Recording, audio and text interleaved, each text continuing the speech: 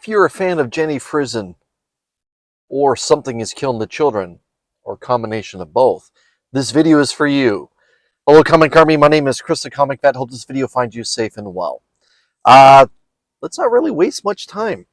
Today when I was at my LCS Retroactive Comics, I was chatting with Chris about books that were coming out and stuff like that, when Richard Comley walked in. Now, if you don't know who Richard Comley is, you may know one of his creations, and that is Captain Canuck.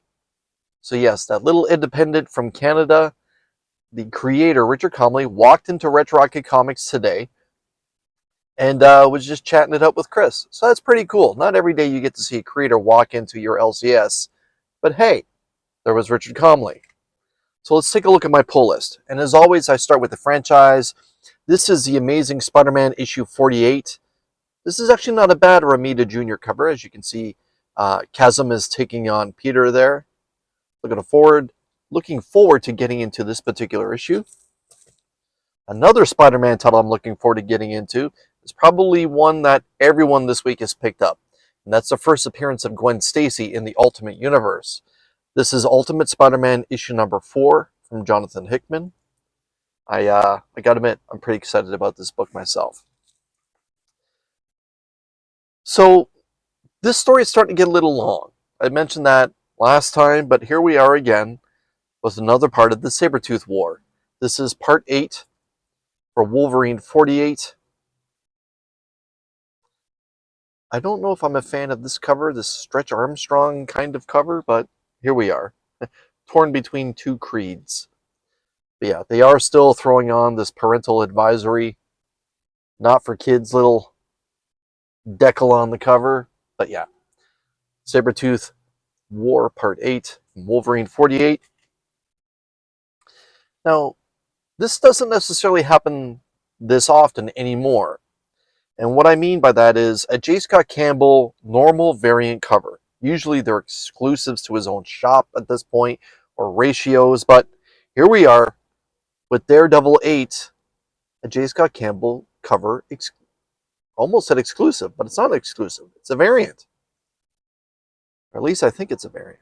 Either way, I'm happy to have it in my PC at this point now. Looking forward to getting into Daredevil. Now it's time for Something is Killing the Children. So Something is Killing the Children has been on hiatus for a while, but I'm glad to see that they're back. And I went with a few covers. And Chris, the owner of my LCS Retroactive Comics, by the way, everyone, you'd be doing me a solid if you followed Retroactive Comics across our social media platforms, was kind enough to literally just throw in the unlocked variant from Werther Dell'Edera.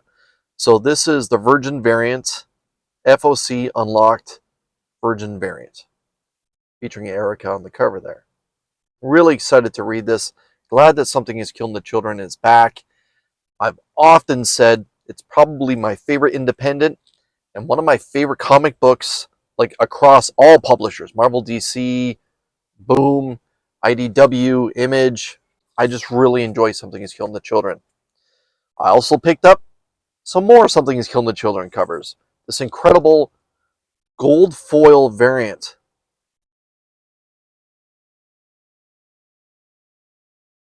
For Something is Killing the Children.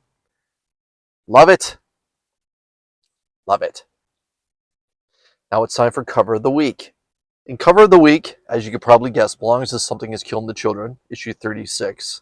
But it is the Art Germ Virgin variant. So this beautiful creation from Art Germ, I think, is a solid Cover of the Week. Very well done. You don't necessarily get Art Germ doing Something is Killing the Children all that often, so I'm glad to see that he's done an Erica cover. And the final Something is Killing the Children variant belongs to Jenny Frison. Now, Jenny Frison does Erica like no one else, in my opinion, and went with this Virgin variant. And I think it is just gorgeous. As you can see, it's Erica looking like she's about to hitch a ride out of Wisconsin. At least that's what I think. I believe there is a ratio, which is black and white version of this, but I gotta admit that the color, I think, is better than the black and white. Yeah, happy to have this in my Something Is Killing the Children collection. Sticking with the independents, this is Feral, issue number 2, with the homage to A Nightmare on Elm Street. So yeah, I think this is just a great cover. They've done some wicked homages with Feral so far. It says, if Elsie doesn't wake up hissing, she won't wake up at all. Very cool. In case you weren't aware, but Slash from Guns N' Roses is releasing a book. So from Vault Comics, this is Slash Presents Deathstalker, The Return of the Last Great Warrior King. Kind of has that Conan the Barbarian flavor to it. I'm going to read it. I'm going to give it a go. As a fan of Slash and a fan of Guns N' Roses, looking to see what's in here. And what's interesting is Slash actually has his name as one of the creators listed there as well. So Chris, the owner of Retro Rocket Comics, went to Gotham Central Comics recently, and Gotham Central is also a friend of this channel. And well, while Chris was there, he saw Blow Away #1 from Boom Studios. Now, I had requested Blow Away #1, however, Chris didn't get it in for whatever reasons, but while he was there, he saw it was there, and he picked it up for me. So I'm happy now to have Blow Away, issue #1, thanks to Chris from Retro Rocket Comics, via Gotham Central Comics. So I hope that this is a good story. I heard good things from Zach Thompson's first offering here. And yeah, looking very forward to getting to Blow Away. So it's time for another Jenny Frison cover. So Harley Quinn issue 39 has a variant done by Jenny Frison. And it's an interesting take on Harley. I don't know what to think of this cover. I know I like it, but it truly is a different take on Harley. And let's admit, when Jenny Frison does Harley Quinn, especially with this particular volume, each one has been totally different, like almost like a total different facial structure and everything. But here we are with this one. Either way, I'm happy to have it in my PC. So Batman returns this week in Detective Comics, and I'm looking forward to getting into Ron V's latest Detective Comics. This is 1084. Interesting cover there. Again, I've said it before, I'll say it again. I recommend Detective Comics. There's a lot of good storytelling in here when it comes to the Cape Crusader. Now, again, Chris, knowing that I'm a big Jenny Frison fan, decided to offer me another freebie. So, Chris, thank you for this. This is an early Red Sonja from Jenny Frison, which is obviously early in Jenny Frison's career. So there are some of the, notable styles of artwork that Jenny Frison does that's actually on this cover here.